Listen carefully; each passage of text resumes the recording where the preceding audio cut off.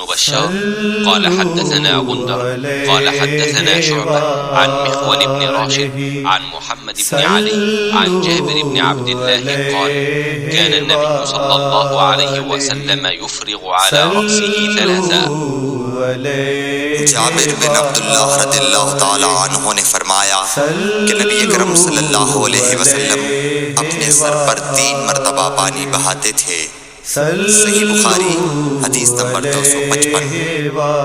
حدثنا أبو نعيم قال حدثنا معمر بن يحيى بن سام حدثني أبو جعفر قال لي جابر آتاني ابن عمك يعرض بالحسن بن محمد بن الحنفية قال كيف الغسل من الجنابة؟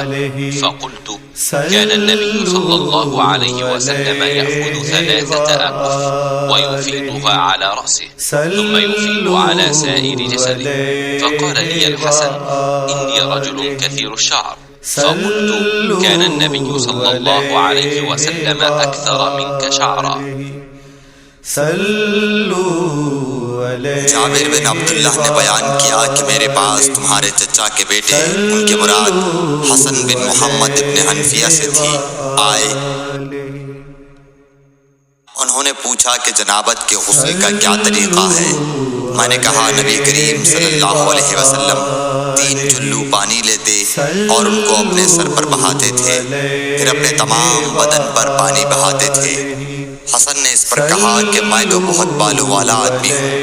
मैंने जवाब दिया कि नबी करीम सल्लल्लाहु अलैहि वसल्लम के बाल तुमसे ज्यादा थे। सही बुखारी हदीस नंबर 256।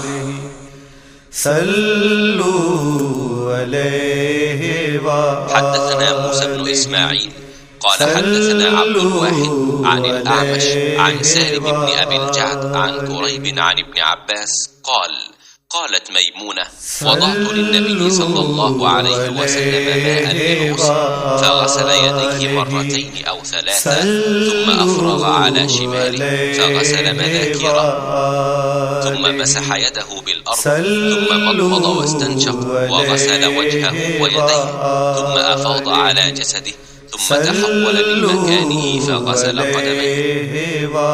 उम्मुल मोमिनीन मैमूना रज़ियल्लाहु ताला अन्हा ने फरमाया कि मैंने नबी करीम सल्लल्लाहु अलैहि वसल्लम के लिए गुस्ल का पानी रखा तो आपने अपने हाथ 2 मरतबा या 3 मरतबा धोए, फिर पानी अपने बाएं हाथ में लेकर अपनी शर्मगाह को धोया, फिर जमीन पर हाथ रगड़ा, उसके बाद कुल्ली की और नाक में पानी डाला और अपने चेहरे और हाथों को धोया, फिर अपने सारे बदन पर पानी बहा लिया और अपनी जगह से हटकर दोनों पांव धोए।